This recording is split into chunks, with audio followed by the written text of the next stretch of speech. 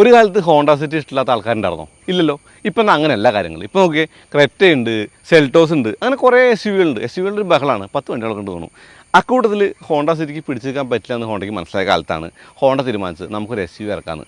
അങ്ങനെ ഒരു S U ഇറക്കി. അതാണിത്. ഇത് എലവേറ്റാണ്. ഈ ഹോണ്ട എലവേറ്റിൻ്റെ കാര്യം ഞാൻ പറയുന്നത് ആദ്യമായിട്ടല്ല. ഇതിൻ്റെ കാര്യം നിങ്ങളോട് മുന്നേ പറഞ്ഞിട്ടുണ്ട്. മലമ്പുഴ തോന്നുന്നു കൊണ്ട് നിർത്തിയിട്ട് വണ്ടിയുടെ കാര്യങ്ങളൊക്കെ പറഞ്ഞ് വീഡിയോ ഉണ്ടാക്കിയിട്ടുണ്ട്. ആ വീഡിയോയുടെ ലിങ്ക് താഴെ കൊടുക്കാം.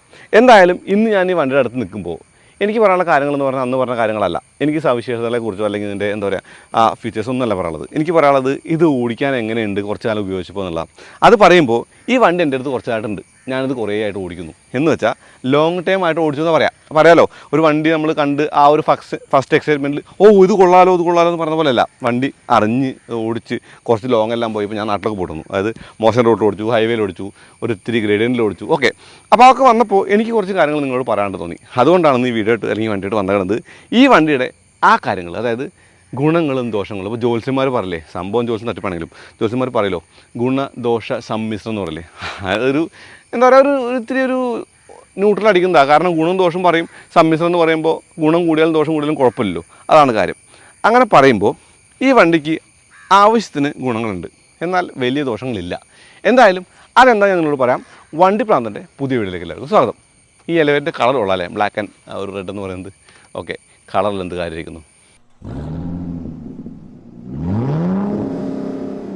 ഞാൻ നമ്പറിട്ട് ഗുണം ദോഷമൊന്നും പറയുന്നില്ല കേട്ടോ. എനിക്ക് ഇഷ്ടപ്പെട്ട കാര്യങ്ങളോട് പറയാണ്. ഈ വണ്ടിയുടെ രൂപം എനിക്കിഷ്ടമാണ്. ഒരു വലിയ SUV എന്നുള്ളൊരു ലുക്ക് ഈ വണ്ടിക്കുണ്ട്. ഓക്കെ, ബാക്കിൽ നോക്കുമ്പോൾ ഒരു ബീഫ്ഡ് ഓഫ് ഹാച്ച് ബാക്കായിട്ട് തോന്നുമെങ്കിലും എനിക്ക് തോന്നുന്നു നിരത്തിലുള്ള വണ്ടികളിൽ ഒരിത്തിരി വ്യത്യസ്തമുണ്ട്. ഇപ്പോൾ കർവുകളല്ല, സ്ക്വയറാണ്, അതല്ലെങ്കിൽ ക്ലീൻ ലൈൻസാണ്, ഷട്ട് ലൈൻസൊക്കെ ക്ലീനാണ്. ഇതിൻ്റെ രൂപത്തിന് ഒരു പ്രോപ്പർ SUV രൂപമുണ്ട്. അതെനിക്ക് ഇഷ്ടപ്പെട്ട കാര്യമാണ്. അതായത് ഈ മുൻവശം മുതൽ ആ ഒരു 3/4 വരെ എനിക്ക് നല്ല ഇഷ്ടമാണ്. പിൻവശമാണ് ഇഷ്ടപ്പെട്ടില്ല. കാരണം ഫ്രണ്ടൊക്കെ ചതപ്പിച്ച് കുറഞ്ഞിട്ട് ബാക്കിലെത്തിയപ്പോൾ അങ്ങ് ഒരു രൂപം മാറ്റി എന്നുള്ളൊരു കാര്യമുണ്ട്. സൺറൂഫ് പനോരമിക്കല്ല ഒബ്വിയസ്ലി, എന്നാലും സൺറൂഫ് ഉണ്ട് എന്നുള്ളതും ഒക്കെ കാര്യമായിട്ട് കാണാം. ആവശ്യത്തിന് നമുക്ക് മതി. ഇതിൻ്റെ ഒരു മുൻവശത്തിൻ്റെ ഒരു ഗാംഭീര്യം എന്ന് പറയുന്നത് സ്ക്വയറിഷ് രൂപം തന്നെയല്ലേ, നിങ്ങൾക്കും തോന്നുന്നു. ഇതാണ് ഞാൻ പറഞ്ഞ പിൻവശത്തിൻ്റെ അവസ്ഥ എന്ന് പറയുന്നത്. ഓക്കെ, സ്പോയിലർ കൊടുത്തിട്ടുണ്ട്, ലൈറ്റ് കണക്റ്റഡ് ആണ്, പിന്നിൽ പാർക്കിംഗ് സെൻസർ ക്യാമറ ഒക്കെ ഉണ്ട്, എലവേറ്റ് ബാഡ്ജൊക്കെ കാണാം. ഇതിൻ്റെ പക്ഷേ ഗുണം എവിടെ ഇരിക്കുന്ന അറിയോ? ഇതിൻ്റെ ഗുണം ഇതിൻ്റെ അകത്താണ്. 458 ലിറ്റർ എന്ന് പറയുന്ന വലിയ ബൂട്ടുണ്ട് ഈ വണ്ടിക്ക്. മാത്രമല്ല പല കമ്പനികളും സ്പെയർ വീലൊന്നും കൊടുക്കുന്നില്ല. ഇവിടെ പക്ഷേ സ്പെയർ വീലൊക്കെ കാണാം, സ്പെയർ വീലും ടൂൾ കിറ്റൊക്കെ കാണാം. അതായത് വില കുറയ്ക്കാൻ വേണ്ടിയോ അതല്ലെങ്കിൽ കുറച്ച് എന്താ പറയുക ലാഭത്തിന് വേണ്ടിയോ ടയർ ഒഴിവാക്കി പഞ്ചർ കിറ്റ് കൊടുക്കുന്ന ഒരു കമ്പനിയല്ല ഹോണ്ടകളാണ്. അറ്റ്ലീസ്റ്റ് ഈ വണ്ടി ഇറങ്ങുന്നവരെ. ഷാർക്ക് ഫിൻ ആനാണോ ഓക്കെ, അതൊക്കെ ഉള്ളതാണ്, അതിലൊന്നും പറയാനില്ല. പിന്നെ മറ്റൊരു ഗുണവും ദോഷവും പറയാനുള്ളത്, ഇതിന് 17 ഇഞ്ച് വീലാണെന്നുള്ള ഗുണമാണ്. ഈ ഡിസൈൻ നോക്കിയാലോ, എൻ്റെ ഇത് കാണാൻ ഭംഗിയുള്ള ഡിസൈനാണ്. പക്ഷേ ഇതിൻ്റെ മുന്നിൽ മാത്രമേ ഡിസ്ക് ഉള്ളൂ, ബാക്കിൽ ഡിസ്ക് അല്ല എന്നുള്ളത് ഒരു ദോഷമായിട്ട് വേണമെങ്കിൽ പറയാം. ദോഷമല്ല, ഒരു കുറവായിട്ട് പറയാനുള്ളതാണ്. ഈ ഒരു സൈഡ് ഉണ്ടോ, സൈഡ് പ്രൊഫൈൽ ഇത് കണ്ട ഒരു പെട്ടി SUV അല്ലേ. ഈ പെട്ടി SUVയുടെ ലുക്ക് ഇഷ്ടമുള്ള ആൾക്കാരുണ്ടോ? എനിക്ക് ഭയങ്കര ഇഷ്ടമാണ്. ഇപ്പോൾ ഷട്ട് ലൈൻ ആണെങ്കിലും ബിൽഡ് ക്വാളിറ്റി ആണെങ്കിലും ഞാൻ നേരത്തെ പറഞ്ഞു. എന്നാൽ ഇതിൻ്റെ ഒരു പൊതുവേ ഉള്ളൊരു രൂപം എന്ന് പറയുന്നത് സ്ക്വയറിഷാണ്, SUV-ഷാണ് എന്നുള്ളതാണ്. സംഭവം ഹോണ്ട വിളിക്കുന്നത് SUV എന്നൊക്കെയാണ്. പക്ഷേ ഫുള്ളായിട്ട് ബ്ലാക്ക് ക്ലാഡിങ് കൊടുത്തിട്ട് എല്ലാ SUV-യും പോലെ ആക്കാൻ ശ്രമിച്ചിട്ടില്ല. അത് ഗുണമാണ് ദോഷമാണ്? ഗുണമെന്ന് എനിക്ക് തോന്നുന്നു. പക്ഷേ അവർ കൊടുത്ത ഗ്രൗണ്ട് ക്ലിയറൻസ് ഏറെക്കുറെ 208 ആ ഒരു മില്ലിമീറ്ററുള്ള ഗ്രൗണ്ട് ക്ലിയറൻസ് എന്ന് പറയുന്നത് ഏതൊരു റോട്ട് കൂടി നമുക്ക് വണ്ടി ഓടിച്ചു കൊണ്ടുവരാൻ പറ്റിയൊരു കാര്യമായിട്ട് വണ്ടിയെ കാണാം.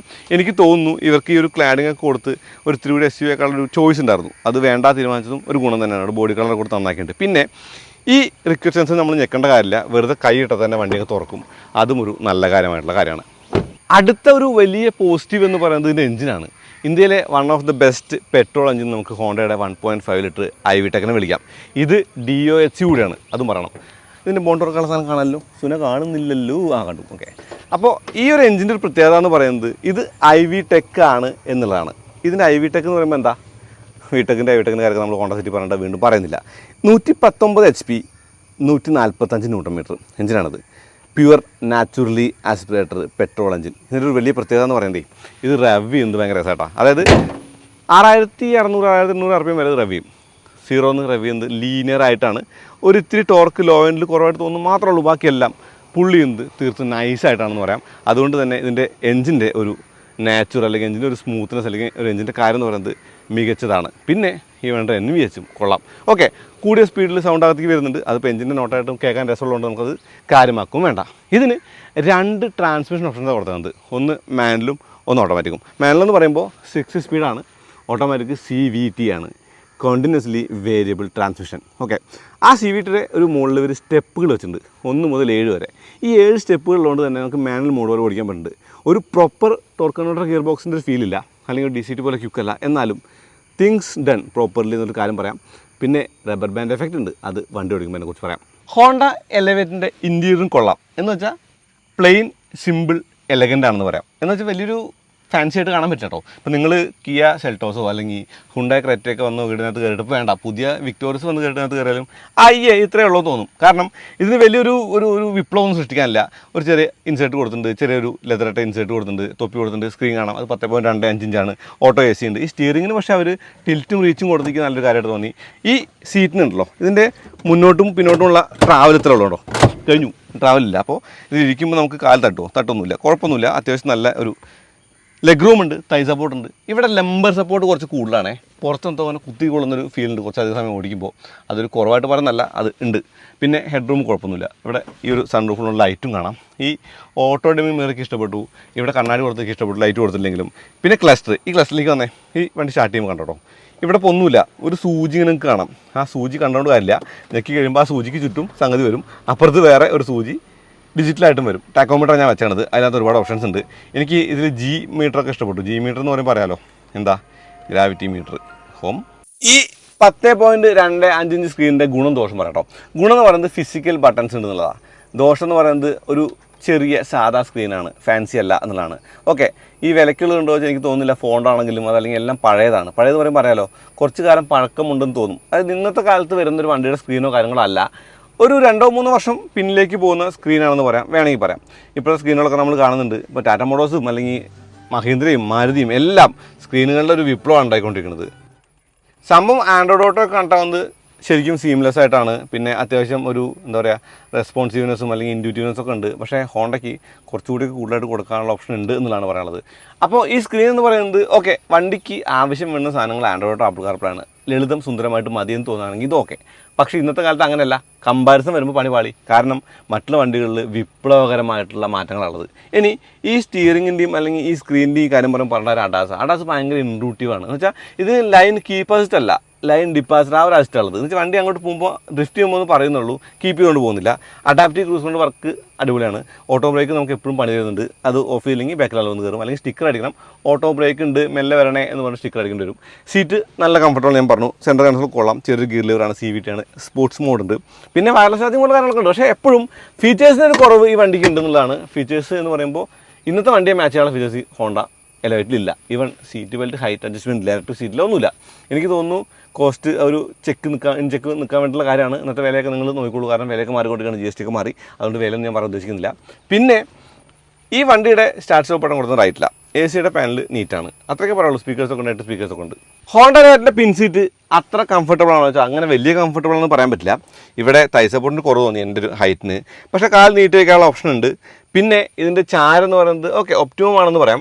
ഇവിടെ ഈ ഒരു ട്രാവൽ കുറവായതുകൊണ്ട് തന്നെ ഈ നീ റൂം ഒരുപാടുണ്ട്. ഇവിടെ 2 മൊബൈൽ വയ്ക്കാനുള്ള ഓപ്ഷൻ കൊടുത്തിട്ടുണ്ട്, ചെറിയ പോക്കറ്റ് കൊടുത്തിട്ടുണ്ട്. സീറ്റ് ബാക്കിൽ നല്ല കാര്യമാണ്. AC വെൻസ് കൊടുത്തിട്ടുണ്ട്, ചാർജിങ് ഔട്ട്ലെറ്റ് കൊടുത്തിട്ടുണ്ട്, ലൈറ്റ് കൊടുത്തിട്ടുണ്ട്, ഒക്കെ നല്ല കാര്യമാണ്. 3 പേർക്ക് ഇരിക്കാൻ പറ്റുമോ, ടൈറ്റ് ആയിരിക്കും. ഹെഡ് റെസ്റ്റ് നോക്കി, ഹെഡ് റെസ്റ്റിനെ പ്രത്യേകം നോക്കി, ഇത് കൊള്ളാലേ. അതായത് എനിക്ക് തോന്നുന്നു ചില കാര്യങ്ങളിൽ ഓക്കെയും ചില കാര്യങ്ങളിൽ ഓക്കെ അല്ലാത്ത ഒരു സിസ്റ്റമാണ് ഇതിനകത്തുള്ളത്. ഇപ്പോൾ ഈ ആംബ്രസ്റ്റ് നമുക്ക് കൈവയ്ക്കാൻ പറ്റും, പക്ഷേ ഈ വിൻഡോ ലൈൻ മുകളിലാണ്, ചെറിയ വിൻഡോ ആണെന്ന് തോന്നുന്നു. അതായത് ഒരു ഇത്തിരി ക്ലസ്ട്രോഫോബിയ തോന്നാൻ സാധ്യത ഉണ്ട് ഈ കളറൊക്കെ കൂടി ചേരുമ്പോൾ. ഈ വണ്ടിക്കകത്ത് ഇരിക്കുമ്പോൾ ഈ കാലുകൾ പൊക്കിയാൻ പറ്റുന്ന എന്തുകൊണ്ടറിയോ, നമുക്ക് അതിൻ്റെ താഴെയല്ലേ ഫ്യൂൽ ടാങ്ക്. അതുകൊണ്ട് ആ ഒരു ഫ്ലോർ ബോർഡ് എന്ന് പറയുന്നത് ഫ്രണ്ട് സീറ്റിൻ്റെ മുകളിൽ കുറച്ച് ഉയർത്തി വെച്ചേക്കുന്നത്, അത് ആ ഒരു കാര്യമായിട്ട് കാണാം. ഡോർ പോക്കറ്റൊക്കെ കൊള്ളാം, ഡോർ പോക്കറ്റിൽ എല്ലാ കാര്യങ്ങളും ഉണ്ട്. ഇപ്പോൾ നിങ്ങൾക്ക് കാണാൻ പറ്റും, അവിടെ കപ്പ് ഹോൾഡർ ബോട്ടിൽ ഹോൾഡർ കാണാൻ പറ്റും, സ്പീക്കേഴ്സ് ഉണ്ട്, ട്യൂട്ടറിൻ്റെ ഉണ്ട്. ഈ എലമെൻറ്റുകൾ, അതായത് ബ്രഷ്ഡ് അലുമിനിയം പോലെ ആ ഒരു ഗ്രേ ഫിനിഷ് നല്ലതാണ്, ലെതർ ഇൻസേർട്ടുകൾ നല്ലതാണ്. സംഭവം അഡാസ് ലെവൽ 2 ഉണ്ട്, അല്ലെങ്കിൽ 6 എയർ ബാഗ് ഉണ്ടെന്നൊക്കെ പറയുമെങ്കിലും ഓട്ടോ വൈപ്പേഴ്സ് ഇല്ല, കൂടാതെ 360 ക്യാമറ ഇല്ല. അങ്ങനെ ഇന്നത്തെ വണ്ടികളുടെ വലിയ സ്ക്രീനുകളില്ല. ഇന്നത്തെ വണ്ടികളിലെ ഇപ്പോൾ ഇറങ്ങുന്ന വണ്ടികളായിട്ട് കമ്പയർ ചെയ്യുമ്പോൾ ഒരു ഇത്തിരി പിന്നിലാണ് ഇതിൻ്റെ കാര്യം ഫീച്ചേഴ്സ് ലിസ്റ്റിൽ. പക്ഷേ ഓടിക്കാനായിട്ട് രസമുള്ള വണ്ടിയാണിത്. എന്ന് വെച്ചാൽ റൈഡ് ക്വാളിറ്റി കുഴപ്പമില്ലാത്ത റൈഡ് ക്വാളിറ്റിയാണ്. എന്ന് വെച്ചാൽ കുഴപ്പമില്ല പറയാൻ കാരണം നല്ല റൈഡ് ക്വാളിറ്റിയാണ്. ഞാൻ മോശം റോഡിലൊക്കെ എടുത്തിട്ട് പോകുമ്പോൾ കുഴപ്പമൊന്നുമില്ല. നമുക്ക് ആ ഒരു ചെറിയ ആൻഡുലേഷൻസൊക്കെ അകത്തേക്ക് വരുന്നുണ്ട്. ഒരിത്തിരി സ്റ്റിഫ്നെസ് ഉണ്ട് സസ്പെൻഷൻ, എന്നാലും രസമുണ്ട്. ബ്രേക്ക് അത്യാവശ്യം നല്ല രസമായിട്ട് ചവിട്ടാൻ പറ്റുന്നുണ്ട്. നമുക്ക് പേടിക്കാതെ വണ്ടി ചവിട്ടിയെടുത്ത് നിൽക്കുന്ന ഒരു കാര്യമായിട്ട് കാണാം. രാത്രി ലൈറ്റ് നല്ല പ്രകാശം തരുന്നുണ്ട്, അതൊക്കെ പറയാം. ഇപ്പോൾ 4 പേരുന്ന് യാത്രയാണെങ്കിലും അല്ലെങ്കിൽ ഒരു ലോങ് യാത്രയാണെങ്കിലും മറ്റൊരു കാര്യം എന്ന് പറയുന്നത് ഫ്യൂവൽ എഫിഷ്യൻസിയാണ്. ഈ വണ്ടി തൃശ്ശൂർ അല്ലെങ്കിൽ എറണാകുളം ഞാൻ അങ്ങോട്ട് കൊണ്ട് പോയി വന്നപ്പോൾ എനിക്ക് ഓവറോൾ മൈലേജ് കിട്ടിയത് 13.5 കിലോമീറ്ററാണ്. അത് അങ്ങോട്ട് പോകുമ്പോൾ 18 വരെ കാണിച്ചു. CVTക്ക് അവർ പറയുന്നത് തന്നെ 16.5ഒക്കെയാണ്. അപ്പോൾ പറയുന്ന മൈലേജിനേക്കാൾ കൂടുതൽ കിട്ടുന്നുണ്ട് ഈ വണ്ടി എന്നാണ് beauty of natural aspirated engine, അത് പറയാലോ. പിന്നെ റവ് ചെയ്യുമ്പോൾ കിട്ടുന്ന ഒരു ഫീൽ, അതായത് കെ സീരീസ് എഞ്ചിനും അല്ലെങ്കിൽ ഹുണ്ടായുടെ എഞ്ചിനും അല്ലെങ്കിൽ മറ്റുള്ള എഞ്ചിനൊക്കെ നമ്മൾ ഓടിച്ചിട്ടുണ്ട്. ഇപ്പോൾ ടൈഗൂൺ അല്ലെങ്കിൽ കുശാക്ക് ടർബോ പെട്രോൾ എഞ്ചിനുകളുടെ കാര്യം മാറ്റി നിർത്തിക്കോളൂ. ഞാൻ പറയുന്നത് നാച്ചുറൽ ആസ്പിറേറ്റഡ് എഞ്ചിനാണ്. ആ എഞ്ചിനുകളിൽ എനിക്ക് ഇത്രയും റവ് ചെയ്യുന്ന അല്ലെങ്കിൽ രസമായിട്ട് ചെയ്യുന്ന എഞ്ചിൻ എന്ന് പറയുന്നത് ഒന്ന് ഈ വണ്ടിയാണ്. ഞാനത് സംസാരിച്ചപ്പോൾ ഹുണ്ടായി ക്രെറ്റയും അങ്ങനെയാണെന്നൊക്കെ പറഞ്ഞു കേട്ടിട്ടുണ്ട്. എനിക്ക് അത്ര എക്സ്പീരിയൻസ് ചെയ്യാൻ പറ്റിയില്ലായിരുന്നു. ഞാനൊരു ചെറിയ ഡ്രൈവ് ചെയ്തിട്ടുള്ളൂ സാധാ നാച്ചുറൽ ആസ്പിറേറ്റഡ് വണ്ടി. അപ്പോൾ അതൊന്ന് ഓടിക്കാൻ പറ്റുകയാണെങ്കിൽ അതൊന്ന് കമ്പയർ ചെയ്യണം, ഒരു ബെഞ്ച് മാർക്കിന് വേണ്ടിയിട്ടേ. അപ്പോൾ ഈ വണ്ടിയുടെ ഒരു കാര്യം പറഞ്ഞ് ഹോണ്ട സിറ്റി കൊണ്ടുവരുന്ന ഒരു എക്സ്പീരിയൻസിൽ ഇത് ഒരു രസമുള്ള ഒരു നല്ല ഡ്രൈവബിൾ ആയിട്ടുള്ള ഒരു വണ്ടിയായിട്ട് തോന്നി. ബാക്കി വണ്ടി ഓടിച്ചിട്ട് കുറച്ച് കാര്യം പറയാം. ഞാൻ ഇത് ഓടിക്കുമ്പോൾ നമുക്ക് ഫീൽ ചെയ്യും, ഓക്കെ ഇതിന് റബ്ബർ ബാൻഡ് എഫക്റ്റ് ഉണ്ട് കേട്ടാ, കയറി പിന്നെ വണ്ടി കയറി പോകണം. അപ്പോൾ നമ്മൾ എന്ത് ചെയ്യണം, 2 ഷിഫ്റ്റ് ഇങ്ങനെ ഡൗൺ ചെയ്ത് കഴിഞ്ഞപ്പോൾ വാവ് ബ്യൂട്ടിഫുൾ. ഇപ്പോൾ ഇതിന് സ്പോർട്സ് മോഡും ഉണ്ട്. ഇപ്പോൾ സ്പോർട്സ് മോഡ് ഇട്ട് കഴിഞ്ഞാൽ കഥ മാറി, വണ്ടി ഒന്നും കൂടി വലിച്ചു കയറി അങ്ങ് പോകും. ഈ വലിച്ചു കയറി പോകാന്ന് പറയുമ്പോഴേ അത് നമുക്ക് ഫീൽ ചെയ്യും ഭയങ്കരമായിട്ട്. ഞാൻ പറയുന്നത് ഇത് മാരക ഫാസ്റ്റ് ആണെന്നല്ല. ഇപ്പോൾ സെൽറ്റോസോ അല്ലെങ്കിൽ ക്രെറ്റോ അല്ലെങ്കിൽ ടൈഗൂണോ അല്ലെങ്കിൽ അങ്ങനെയുള്ള വണ്ടികളായിട്ടൊന്നും കമ്പാരിസൺ ഇല്ല. കാരണം 10 സെക്കൻഡ് താഴെയല്ല 100 കിലോമീറ്റർ സ്പീഡിലെത്തുന്നത്. ഇത് അതിന് കൂടുതലാണ്, 10ൽ കൂടുതലാണ് ഇതിൻ്റെ ഒരു സ്പീഡ് എന്ന് പറയുന്നത്, അല്ലെങ്കിൽ ടൈം എന്ന് പറയുന്നത്, സ്പീഡ് എടുക്കുന്ന ടൈം എന്ന് പറയുന്നത്.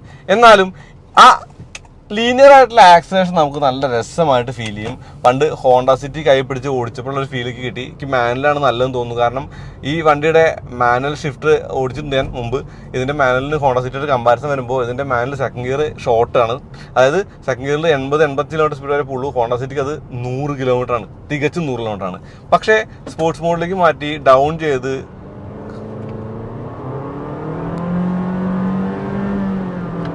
ആ സൗണ്ട് കേട്ടോ, ആ എഞ്ചിൻ്റെ നോട്ടും ആ വിടെക്കിൻ്റെ ആ ഒരു പെർഫോമൻസും അത് ശരിക്കും നല്ല രസമുണ്ട് ഓടിക്കാനായിട്ട്. അപ്പോൾ ഞാൻ പറയുന്നത്, ഇപ്പോൾ ടർബോ പെട്രോളിൻ്റെ പവറിനോട് മാച്ച് ചെയ്യാൻ എന്തായാലും നാച്ചുറലി ആസ്പിറേറ്ററിനോട് പറ്റില്ല, അവരോട് പറ്റില്ല. പക്ഷേ ലീനിയർ ആയിട്ടുള്ള ഒരു ആക്സിലേഷൻ എന്ന് പറയുന്നത് ഇപ്പോൾ കെ സീരീസ് എഞ്ചിന് ചില ഫ്ലാറ്റ് സ്പോട്ട് ഉണ്ട്. അതുപോലെ ഹുണ്ടായുടെ എഞ്ചിൻ ഞാൻ പറഞ്ഞില്ല, വലിയ പരമായിട്ട് ഒരു എക്സ്പീരിയൻസ് ഇല്ല. ഈ വണ്ടിക്ക് പക്ഷേ അങ്ങനെ ഫ്ലാറ്റ് സ്പോട്ടും കാര്യമൊന്നും എനിക്ക് തോന്നിയില്ല. ചുമ്മാ കാല് കൊടുത്താങ്ങ് പാഞ്ഞ് കയറി പോകുന്നൊരു ഫീൽ വണ്ടിക്ക് ഉണ്ട് എന്നുള്ളതാണ്. അപ്പോൾ ഹോണ്ടയുടെ എഞ്ചിൻ്റെ പ്രത്യേകത തന്നെയാണ്. റൈഡ് ക്വാളിറ്റി ഒരു കാര്യം എന്ന് പറയുമ്പോൾ ഇപ്പോൾ മോശം റോഡ് എന്ന് പറഞ്ഞാൽ ഒരു കട്ടറ മുളകോട് കയറ്റുമ്പോൾ ആ കട സൗണ്ട് നമുക്ക് കുറച്ചുകൂടി കാര്യമായിട്ട് എടുക്കും. അതൊരു ഇത്തിരി സ്റ്റിഫ്നെസ്സിൻ്റെ ഭാഗമായിട്ടാണ്. പക്ഷേ അതൊരു ഗുണമായിട്ട് കാണാൻ നമ്മൾ മോശം റോഡിൽ ഓടിക്കുമ്പോഴാണ്. അതായത് മോശം റോഡിൽ വലിയ കാര്യമായിട്ട് ചാട്ടം കളിയൊക്കെ നമുക്ക് ഫീൽ ചെയ്യാൻ ഓടിക്കാൻ പറ്റുന്നുണ്ട്. പിന്നെ തിരിവും വളമൊക്കെ നമുക്ക് സുഖമായിട്ട് എടുത്തുകൊണ്ട് പോകാൻ പറ്റുന്നുണ്ട്. നല്ല ഒരു ഹാൻഡ്ലിങ് ബിഹേവിയർ വണ്ടിക്കുണ്ട്. അത് താങ്ക്സ് ആയിട്ട് പറയുന്നത് ആ ഒരു സസ്പെൻഷൻ്റെ ആ ഒരു സ്റ്റിഫ്നെസ്സിനോട് ചേർന്ന ഒരു ഭാഗത്തിനാണ്. എന്തായാലും കൊള്ളാവുന്ന ഒരു വണ്ടിയാണ് ഈ ഒരു എലിവേറ്റർ എന്നുള്ളതാണ്. ഇതിൻ്റെ പല കാര്യങ്ങളും നമ്മൾ പലപ്പോഴായിട്ട് പറയുന്നുണ്ട്. പക്ഷേ ഇതിൻ്റെ മൊത്തത്തിലൊരു സ്വഭാവം എന്ന് പറയുന്നത് ഒരു ഫീൽ ഗുഡ് കാറാണ് എന്നുള്ളതാണ്. ഇപ്പോൾ ലളിതം സുന്ദരം എന്നുള്ളതാണ് ഇപ്പോൾ നിങ്ങളുടെ ഒരു ഉദ്ദേശം എന്ന് വിചാരിക്കുക. ലളിതം വേണം, സുന്ദരം വേണം എന്ന് വെച്ചാൽ ലളിതമായിരിക്കണം, സുന്ദരമാവണം എന്നുള്ളൊരു കാര്യം അകത്തിരിക്കുമ്പോൾ ഒരു എസ് യു വിക്ക് അകത്തിരുന്ന ഫീലും. ഇപ്പോൾ അവിടെ ഒരു ബ്ലൈൻഡ് സ്പോട്ട് തോന്നി, നമ്മുടെ ഗ്ലോസ്റ്ററിലൊക്കെ ഉള്ള പോലെ ചെറിയ റോഡിലൊക്കെ പോകുമ്പോൾ ഒരു ഫീലിംഗ് ഒരു തട്ട് വന്നു. കാരണം ആ ഉയർന്നു നിൽക്കുന്ന ഒരു കാര്യമാണ്. ഇപ്പോൾ നമ്മുടെ ഫ്രണ്ടിൽ ഉയർന്നു നിൽക്കുന്ന എസ് യു വികൾക്ക് എനിക്ക് തോന്നുന്നു പെഡസ്ട്രിയൻ സേഫ്റ്റിയുടെ പ്രശ്നമുണ്ടെന്ന് പറഞ്ഞ വീഡിയോ ഞാൻ കണ്ടിട്ടുണ്ട്. ഇതിന് പക്ഷേ ആ പ്രശ്നം ഉണ്ടായിക്കൊള്ളുന്നില്ല. ഞാൻ ഒരു ഉദാഹരണം പറയണം. അങ്ങനെ മൊത്തത്തിൽ ഒരു ഫീൽ ഗുഡ് വണ്ടി, ഒരു ലളിത സുന്ദര വണ്ടി എന്നുള്ള പറയാനുള്ളത്. ദോഷങ്ങൾ കാണാനാണെങ്കിൽ ഒരുപാട് ദോഷങ്ങൾ കാണാം. പക്ഷേ അതിനൊക്കെ അപ്പുറം ഈ ഒരു എഞ്ചിൻ്റെ ഒരു റവ് ഫീൽ നാച്ചുറും ഈ ഒരു നാച്ചുറലി ആസ്പിറേറ്റഡ് എഞ്ചിൻ്റെ ആയിട്ടുള്ള ഒരു രസവും പിന്നെ ഫ്യൂവൽ എഫിഷ്യൻസിയും കമ്പൈൻ ചെയ്തിട്ടുള്ള ഡ്രൈവൊക്കെ നല്ലൊരു കാര്യമായിട്ട് തോന്നി. ഇതിനകത്ത് 4 പേർക്ക് സുഖമായിട്ടിരിക്കാം, 5 പേർക്ക് ടൈറ്റ് ആണെങ്കിലും. എന്തായാലും ഒരു നല്ല വണ്ടിയാണ് എലിവേറ്റർ എന്നുള്ളതാണ്. ഓക്കെ, എനിക്ക് ലളിതമായിട്ടുള്ള വണ്ടി ഇഷ്ടം. നിങ്ങൾക്ക് ഒരുപാട് ഫീച്ചേഴ്സ് വേണോ, സ്ക്രീൻ വലുതായിട്ട് വേണോ, അങ്ങനെയുള്ള കാര്യങ്ങളൊക്കെ വേണോ, നിങ്ങൾ താഴെ കമൻറ്റ് ചെയ്യൂ. എന്തായാലും അടുത്തതായിട്ട് വീണ്ടും വരാം. അതിലേക്ക് നന്ദി, നമസ്കാരം.